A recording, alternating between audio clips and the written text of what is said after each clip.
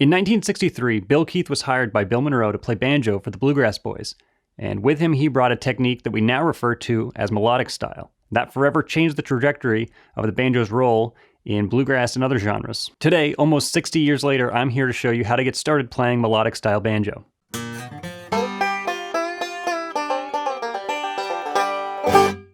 Melodic style banjo is simply the use of a combination of open and fretted notes to smoothly and gracefully play linear phrases like a fiddle or a mandolin. You've probably heard this sound already, but if you haven't, it sounds like this.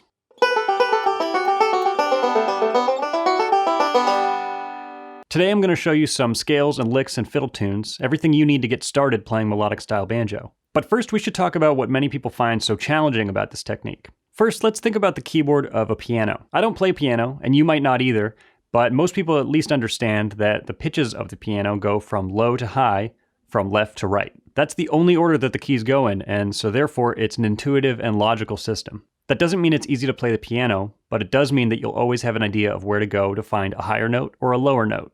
You can compare this to the neck of a guitar or banjo on one string. As you move from left to right, you get successively higher pitches without exception. But on a stringed instrument, things get a little more complicated when you move across the strings instead of just from left to right. But even with this added complexity, it's still somewhat of an intuitive and logical system. The notes get higher as you move from left to right on a string, but they also get higher as you move across the strings. But take a look at this G major scale in the melodic style on the banjo.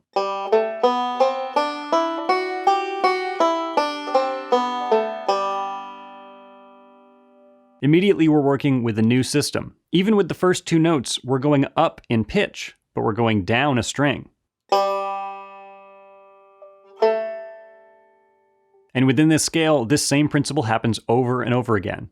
You start on a note and go up to the next pitch, but you actually go to a lower string to play that next pitch. If you spent much time playing piano or guitar or mandolin, then you'll likely agree that this goes against everything we've been conditioned to understand. And if you just picked up the banjo recently, then it's possible that I'm just adding to the confusion of all of this. But that's okay, because here's the real point. If the melodic style is confusing to you, or you've had trouble with it in the past, or you find it intimidating, that doesn't mean you won't be able to learn it.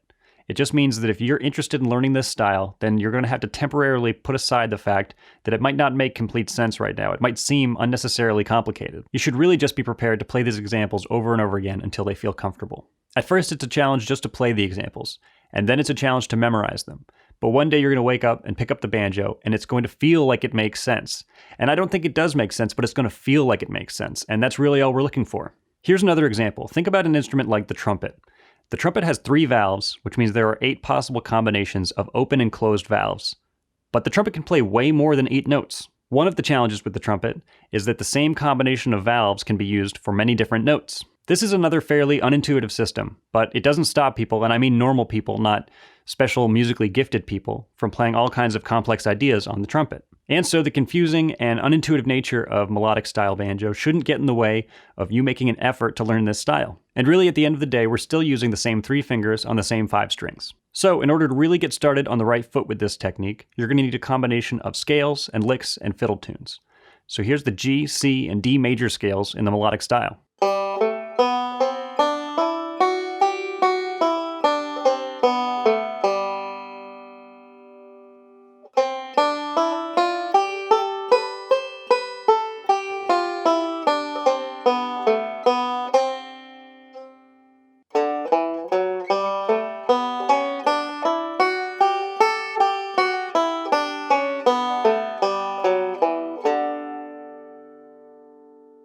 For some of you, these scales might not be particularly useful right now for making music, but you should use them to acclimate yourself to the melodic style. And if you can manage to memorize these scales, then you're going to be developing the necessary muscle memory to play other ideas in the melodic style.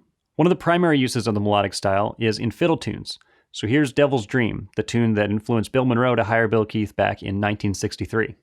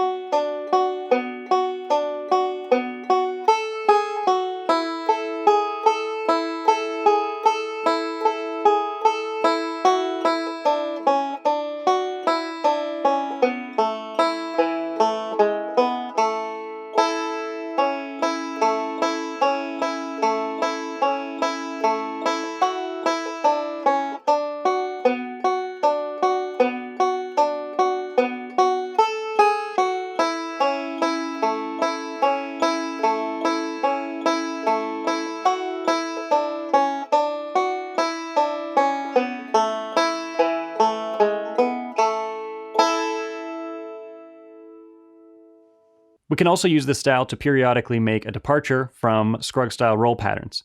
So here's a lick that'll get you from G to C.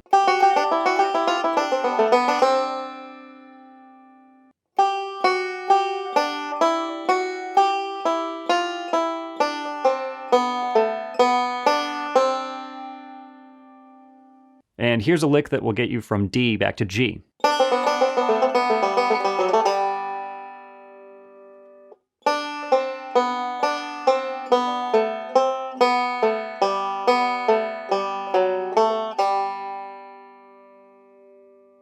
The real process of developing the melodic language is in learning other licks and patterns from players that came before us. You can check out some of my other videos that show melodic licks, and I'll leave a link to those in the description of this video. If you'd like the tab for all of the scales and licks and Devil's Dream, then you can get that at my website, or you can go to patreon.com/EliGilbertBanjo, where you can get all of those tabs, plus an extra fiddle tune and some more melodic scale patterns. On top of that, you'll have access to the entire library of the Patreon content that I've published in the last couple months. There's over 100 patrons over there now, so we've built up quite a community, so you should definitely check that out. And if you enjoyed this video and you want to learn more about bluegrass banjo, then you should subscribe to this channel.